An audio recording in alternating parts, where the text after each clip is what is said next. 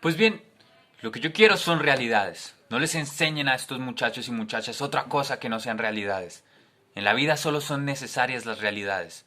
No planteen otra cosa y arranquen de raíz todo lo demás.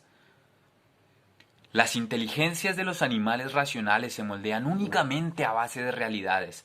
Todo lo que no sea esto no les servirá jamás de nada. De acuerdo con esta norma educo yo a mis hijos y de acuerdo con esta norma hago educar a estos muchachos. Aténganse a las realidades. My blood like a leech. You break the law and you breach.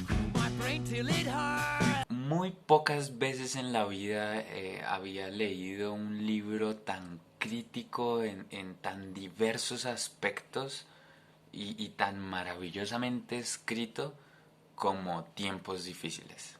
Esta novela fue escrita por Charles Dickens en 1854 y la sacaba periódicamente por capítulos, o sea, por entregas en el periódico en el que él trabajaba. Bueno, este libro está dividido en tres partes. La primera se llama Siembra y se llama Siembra porque es donde se va a hacer la caracterización de los personajes y se va a desarrollar esta crítica que en el libro aparece sobre los procesos de educación que son muy estrictos y que son muy lógicos, que son muy matemáticos, porque en Cogtown, que es la ciudad en la que se desarrolla la historia del libro, todo el mundo es muy práctico, todos quieren es realidades y vetan por completo la imaginación y la creatividad. Entonces aparecen nuestros primeros personajes, que es la familia Gradgrin, el papá y sus dos pequeños hijos, un chico que se llama Tom y una niña que se llama Luisa. Aquí son pequeños. Entonces en esta primera parte hacen la caracterización del papá, que es como todos son realidades y todo se puede demostrar estadísticamente y todo, absolutamente todo va a funcionar si se sigue un método lógico y lineal y ese es el mundo perfecto para ellos. Y de esa manera él la educa a sus hijos, diciéndoles: usted no puede pensar ni por un poquito en algo que no sea una realidad. Usted no puede imaginar, usted no puede hacer absolutamente nada que no sea lógico. Entonces, claro, la caracterización que hace Dickens de este personaje es muy estricto y por ende la caracterización que hace de sus hijos es muy triste, muy melancólica y ellos están muy infelices porque ellos quieren jugar, porque ellos quieren vivir la vida que tiene un niño normal, pero su papá no los deja porque él dice: no, mi método es lo lógico y no se van a salir de esta mierda porque si ustedes llegan a imaginar, si ustedes llegan a imaginar algo, se verán conmigo. Entonces es este inicio, ¿no? Es esta familia que cría a sus hijos con puras realidades y el papá es un man de la aristocracia que tiene un amigo banquero que es como una de las personas más ricas de la ciudad, que también tiene una fábrica y entonces ahí empieza la historia, ¿no? Con este núcleo y cómo esta familia que además vive en Cogtown, como les indiqué, empieza a desarrollarse con respecto a esa educación estricta que tienen. En ese momento aparece una niña que se llama Cecilia, y Cecilia es hija de un cirquero y el cirquero la abandona y es al final adoptada por el señor Gradgrin. Y es una crítica muy genial porque cuando Gradgrin le empieza a intentar enseñar las realidades, el sistema lógico de su educación, Ceci, que no está acostumbrada para nada a ello, pues claro está, es la hija de un cirquero y ella es muy alegre y es muy imaginativa y se mueve mucho, pues no entiende la educación tan lógica y estricta en la que ahora va a vivir y empieza a sentirse muy triste por eso y empieza a sentirse además bruta, como tonta. Y esta es una crítica muy genial porque me acuerda de esa frase que dice como: no juzgues a un pez por su capacidad de subir a un árbol. Esta crítica que se hace desde mi perspectiva en ese primer libro es lo paila que puede ser la educación si solo se ejerce de esa manera. El señor Gradgrin contestó, cabeceando negativamente: que estos eran malos síntomas, que era evidente la necesidad de darle incansablemente al molino del saber, a base de sistematización, cuadros sinópticos, informes, resúmenes, datos estadísticos, alfabetizados desde la A a la Z, que Job tenía que seguir adelante en sus estudios. Y Job siguió estudiando y perdió alegría, pero no ganó en saber. Ahora, otro personaje muy importante en el libro es la ciudad. Un poquito de COVID. Ahora, otro personaje muy importante en el libro es la ciudad, Cogtown, porque Dickens hace una caracterización muy genial también de ella, haciéndola una ciudad oscura.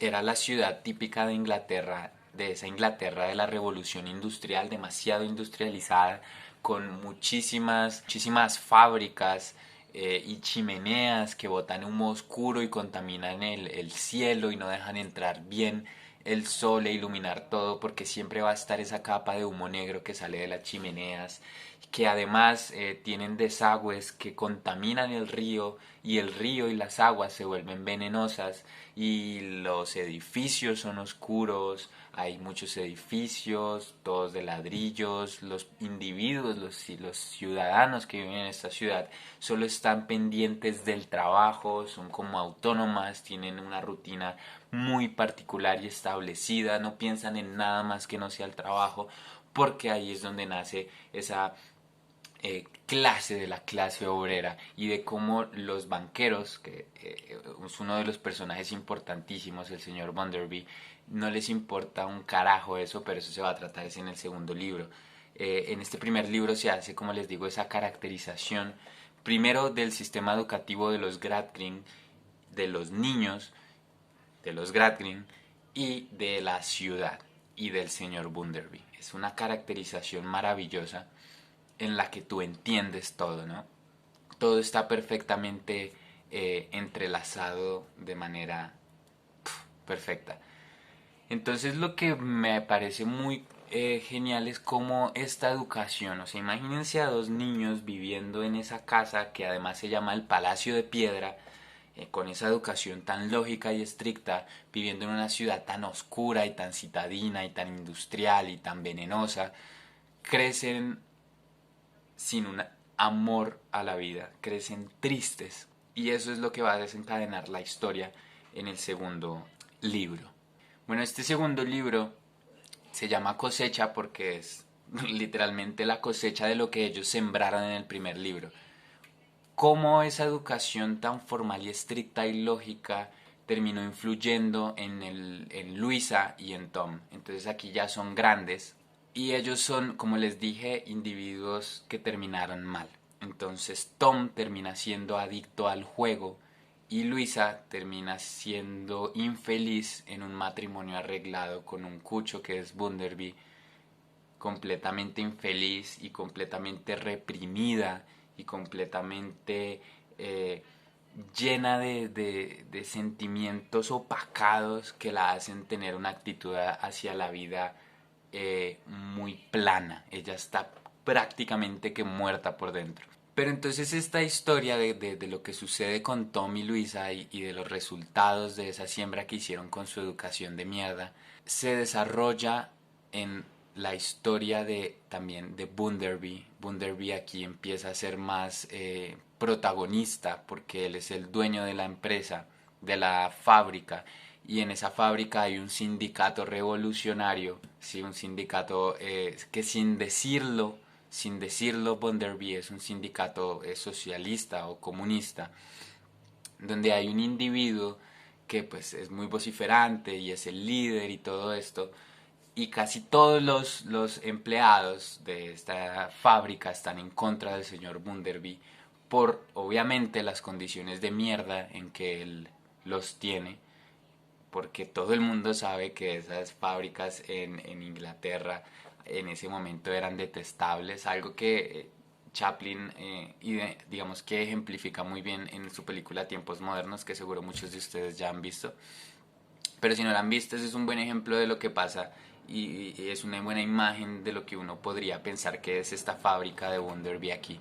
Entonces, el problema con esto, y aquí entra una de las críticas, aquí ya no se entra a criticar la sociedad y la manera de educación que había en ese entonces, sino ya el sistema, podríamos decir, económico o de trabajo que se tenía en ese momento con las fábricas.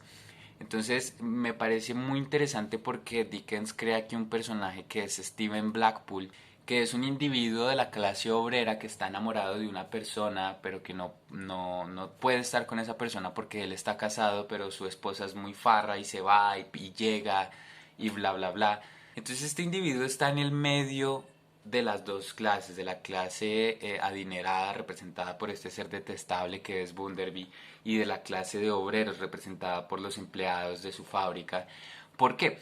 Porque él no puede hacer parte del sindicato porque Bunderby lo tendría entre ojos y él le hizo una promesa a su amiga de que no se iba a meter en líos y porque tenían que trabajar y tenían que ahorrar porque pues sí, o sea, no puede dejar de trabajar, pero tampoco está de acuerdo con las maneras que tiene el señor Bunderby de tratar a sus empleados. Y él al estar en el medio de los dos termina siendo rechazado por unos y por otros. Entonces ahí hay una reflexión muy chévere que hace Luisa y es como entonces un individuo que solo quiere parchar y estar normal y que no se quiere ir a un extremo ni al otro termina siendo odiado por los dos y es una relación muy muy interesante, ¿no? Es una reflexión que me pareció pues bastante acertada. Ahora, hay una parte que me pareció magnífica que es que Bonderby termina entrevistándose con Blackpool y diciéndole que por qué sí, o sea, como diciéndole usted qué putas, qué pasa, usted es el que los está organizando a todos, ¿no? Y él da un discurso que me parece genial, que es como, no señor, no sea ficti, yo no puedo dejar de trabajar pero tampoco estoy de acuerdo con usted. No puede desaparecer a la gente, no puede decir que hay que desaparecer a los líderes sindicales para que se solucionen las cosas, porque lo que usted tiene que hacer es cambiar el estado de las cosas. Así usted desaparezca a los líderes que están peleando por algo, si usted no cambia por lo que ellos están peleando, van a seguir apareciendo individuos que van a tomar ese papel de liderazgo para cambiar ese estado de cosas, ¿no? Señor, aunque usted echara el guante a un centenar de Slackbridge o a todos los que andan por ahí a un número 10 veces mayor y los metiera a cada uno en un saco y luego los hundiera en lo más profundo del océano, donde será jamás de los jamases tierra seca, aunque usted hiciese eso, usted habría dejado el embrollo tal cual y como estaba antes. Pero sí que puedo decirle qué es lo que no mejorará la situación. La mano dura no la mejorará. Convencer y triunfar en los conflictos no se mejorará.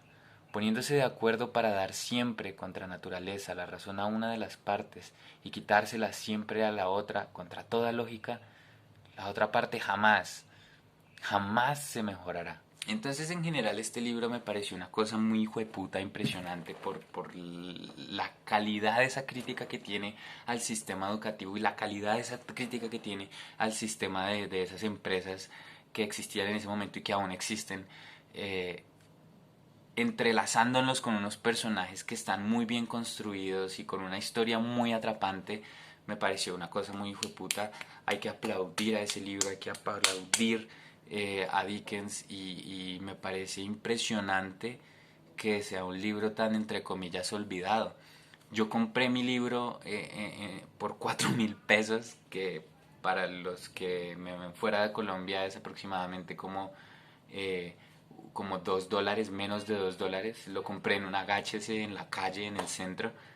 Y fue como, ¿cómo es posible que esta cosa tan maravillosa esté tan olvidada y sea tan barata? Y bueno, excelente que sea tan barata, ¿no? Pero eso implica que está olvidada. En los agácheses uno solo encuentra libros pailas y allí estaba. Entonces definitivamente lo tienen que leer. Es un libro que tienen que leer. Si les gusta leer, deberían leerlo porque es muy actual, a pesar de que fue escrito en 1854, es absurdamente actual, al menos aquí en Latinoamérica. Y no, una cosa impresionante, tienen que leerlo. Creo que eso es todo. Gracias por mirar, si les gustó le dan me gusta y se suscriben y eso. Y déjenme saber en los comentarios si lo piensan leer, si les gusta algún otro libro de Dickens, o qué piensan de Dickens en general, o qué piensan de estas novelas que son críticas con las cosas de la sociedad, que no se detienen solamente a contar una historia, sino que a través de esa historia lo que quieren es expresar un pensamiento. Y ya, Severo, muchas gracias y la buena.